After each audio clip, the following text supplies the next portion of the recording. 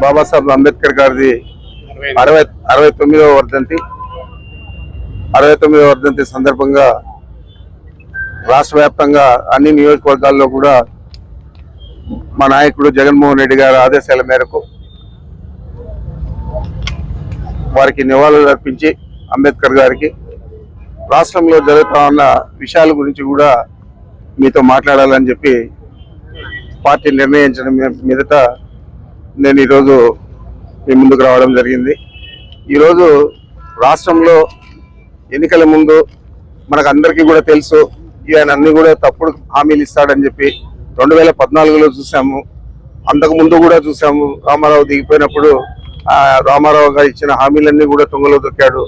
మరి ఆ విధంగా ఈరోజు హామీలను అడిగితే సోషల్ మీడియా నెటిజన్లను కానీ ఆ యువకులందరినీ కూడా సోషల్ మీడియాలో మీ హామీలు నెరవేర్చలేదని అడిగితే వాళ్ళందరినీ కూడా అనేక రకాల ఇబ్బందులు పెట్టి మానసికంగాను శారీరకంగాను వారిని పోలీసుల ద్వారా చాలా ఇబ్బందులు పెట్టి అనేక ఇక్కడ జరిగితే ఇతన్ని తీసుకుపోయి శ్రీకాకుళంలో పెట్టడం, శ్రీకాకుళంలో తీసుకొచ్చి ప్రకాశం జిల్లాలో పెట్టడం, ఈ విధంగా అనేక రకాల కేసులు పాతవన్నీ కూడా తోడి చేస్తూ ఉన్నారు.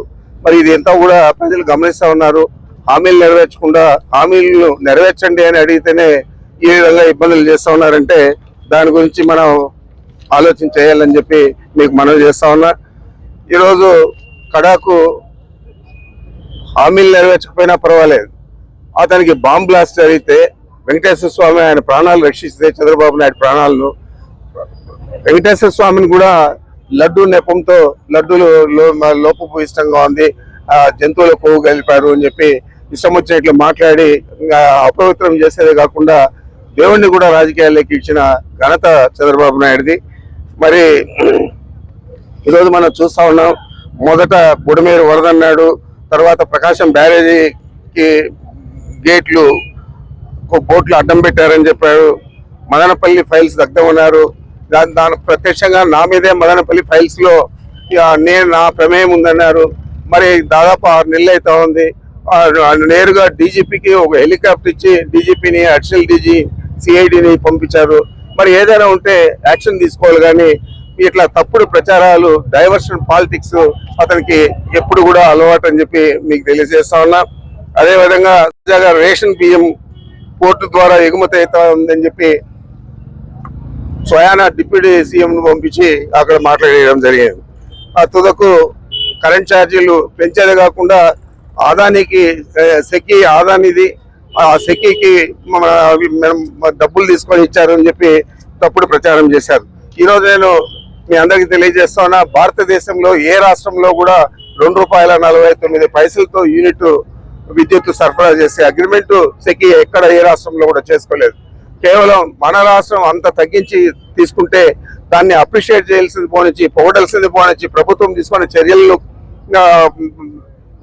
సమర్థించాల్సింది పోనిచ్చి దానికి కూడా అవినీతి అండగట్టడం జరిగింది. ఈరోజు విద్యుత్ ఛార్జీలు పెంచండి అన్నాడు ఎన్నికల ముందు. నేను వస్తే ఉండే ఛార్జీలు కూడా తగ్గిస్తాను, జగన్మోహన్ రెడ్డి గారి ప్రభుత్వం చాలా పెంచేసింది అని. 6 నెలలు కూడా కాలేదు, 6 నెలల్లోనే ఒకసారి 6,072 కోట్లు, ఇంకొకసారి 9,112 కోట్లు పెంచడమే కాకుండా 15,185 కోట్లు ఈ ప్రజల మీద భారం మోపి ఈ నెల బిల్లుల్లోనే 58 పైసలు ఒక యూనిట్ కు పెట్టడం జరిగింది. మరి రేపు నెల వచ్చే నెల పెట్టి ఏప్రిల్ మాసంలో వచ్చే బిల్లులో ₹2 పైచీలకు ఒక యూనిట్ ధర పెంచడం జరిగింది. మరి ఎంతవరకు ఇది సమర్థనీయం? ఇది మరి ఏదైనా ప్రభుత్వం అధికారంలోకి వచ్చినప్పుడు చెప్పిన మాటలు కాపాడుకోవాలా, కాపాడుకోలేకపోయినా కూడా కనీసం ఇంత భారం నీకు ఓట్లేసి గెలిపించిన ప్రజల మీద పెంచడం అనేది చాలా దురదృష్టకరం అని చెప్పి మీ అందరికీ కూడా తెలియజేస్తా ఉన్నాను. ఎస్టీ ఎస్సీ కాలనీలు ఎప్పటి నుంచో ఎన్నికలైనప్పటి నుంచి ఇప్పుడు దాకా అన్ని నెలలకు కూడా బిల్లులు కట్టి మన ప్రభుత్వం 200 యూనిట్లు ప్రతి ఎస్సీ కుటుంబానికి కూడా ఉచితంగా ఇస్తే ఈ రోజు బిల్లులు కట్టి ఆ బిల్లులు చెల్లిస్తే సరే, లేకపోతే కరెంట్ కట్ చేస్తామని చెప్పి చర్యలు తీసుకుంటామన్న పరిస్థితులు మనం చూస్తా ఉన్నాం. మరి